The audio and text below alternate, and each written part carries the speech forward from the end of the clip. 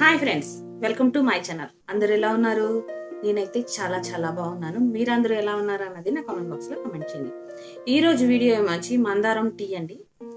మనం ఈ మందారం టీ తాగడం వల్ల చక్కగా మన అందానికి మెరుగు పెట్టినట్టు అవుతుందండి. దీంట్లో యాంటీ ఆక్సిడెంట్ పుష్కలంగా ఉంటాయి కాబట్టి ఇది మనకి దుమ్ము ధూళి అతి నీల లోహిత కిరణాల నుంచి కలిగే ఫలితాల నుంచి మనకి ఈ రక్షణ కల్పిస్తుందండి. ఈ మందారం పువ్వు రోజు మనం టీ రూపంలో తీసుకోవడం వల్ల ఏంటంటే ఆడవాళ్ళ ప్రాబ్లమ్స్ చాలా క్యూర్ అవుతాయండి. రెగ్యులర్ పీరియడ్స్, పిసిఓడి ప్రాబ్లమ్స్ ఇవన్నీ చక్కగా క్యూర్ అవుతాయండి. ఈ మన హెయిర్ ఫాల్ ఉంటే హెయిర్ ఫాల్ ఉన్నప్పుడు మనం మందార పువ్వు కానీ మందార ఆకు కానీ పేస్ట్ చేసి రాసుకుంటే మనకి హెయిర్ ఫాల్ కంట్రోల్ అవుతుంది. అలాగే ముఖం మీద కురుపులు మచ్చలు ఉన్నప్పుడు మనం మందార రేకల్ని ఎండబెట్టి పొడి చేసి అందులో కొంచెం నీళ్లు కలిపి తరచూ ముఖానికి రాస్తూ ఉంటే మన ముఖానికి ఉన్న మొటిమలు మచ్చలు అన్ని కూడా పోతాయి. అద్భుతమైన టీ తయారీ విధానాన్ని చూద్దాం రండి.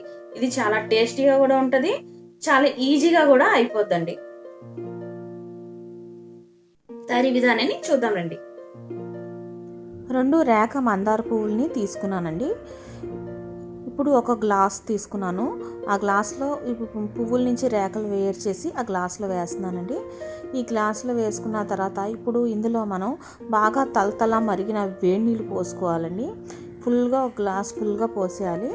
ఇప్పుడు నీళ్ళు పోసిన తర్వాత ఒక 10 నిమిషాల పాటు అలానే వదిలేయాలండి. మూత పెడితే ఇంకా బాగుంటుంది. మూత పెట్టి అలా వదిలేసిన తర్వాత ఒక 10 నిమిషాలకి ఈ రేకల్లో ఉన్న రెడ్ కలర్ అంతా ఆ వాటర్లో దిగిపోతుందండి. దీంట్లో ఉన్న మంచి ప్రాపర్టీస్ అన్నీ మాకు కూడా ఈ వాటర్లో దిగిపోతుంది. చూడండి, 10 నిమిషాల తర్వాత మనం చూస్తే మన టీ ఇంత కలర్ఫుల్గా తయారవుతుంది.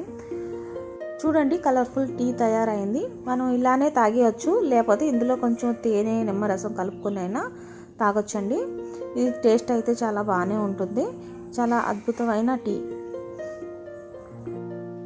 ప్రకృతి ప్రసాదించిన అద్భుతమైన పుష్పం.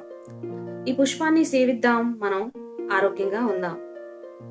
చేయండి. ఈ వీడియోని మీ ఫ్రెండ్ సర్కిల్ లో, ఫ్యామిలీ సర్కిల్ లో షేర్ చేయండి.